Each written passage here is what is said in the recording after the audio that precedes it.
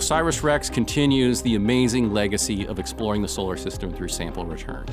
We started out with the Apollo missions, where we had astronauts on the surface of the moon, collecting a wide range of materials, which provided unprecedented insights into the formation of our closest neighbor in space.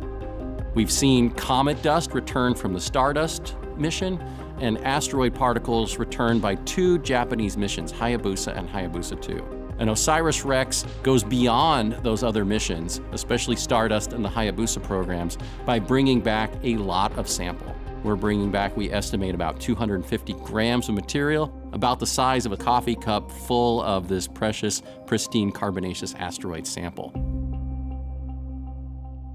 The OSIRIS-REx spacecraft is currently on its way back to Earth right now.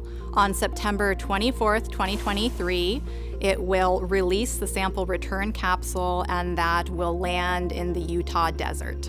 We will go out into the field, get the sample, take some soil samples and air samples for contamination knowledge, and then bring the sample return capsule to a temporary clean room at the Utah Test and Training Range. There we will actually take off the heat shield and back shell and some other components for safety. And inside of that is what we call a sample canister. Sample return capsule is kind of like a nesting doll. We have these multiple layers of protection. And then that sample canister will have a nitrogen flow put on it, what we call a nitrogen purge. And with that nitrogen purge to protect the sample, to keep any incursion of terrestrial atmosphere coming into that canister, it will be flown from Utah here to Houston, Texas. The astromaterials curators at NASA Johnson are the best in the world. They are fantastic at preserving material. The samples will be in a special custom-built clean room. The samples themselves will be inside of a nitrogen-filled glove box.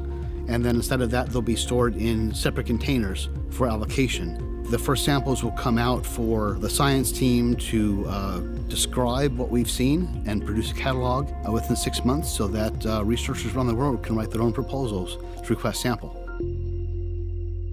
Oh, I am going to be so excited to see that sample and see how much we actually brought back from asteroid Bennu. It's been a really exciting journey from launch back to sample return. That's a 7-year journey, 7-year process. And at that time, I will have been on the mission for about 7 years.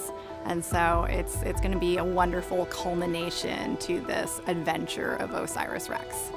I joined OSIRIS-REx and became part of the mission about 3 years ago. It's been really incredible for me because I watched this mission launch on my cell phone when I was a postdoc. I heard about it get selected before I applied for my PhD program, and I remember thinking like, oh, 12 years, it's gonna come back. I wonder where I'll be. And it's so amazing to be here and be part of it. Playing what feels like to me a very important role in it is really incredible. I've been waiting since 2004 for an asteroid sample return mission. It's been the majority of my career getting ready for sample return. In some ways, a blink of an eye since launch happened. In other ways, it's been a very long time waiting for this precious sample to come back. It's going to be an emotional, joyous, gut-wrenching event all at the same time. I can't wait.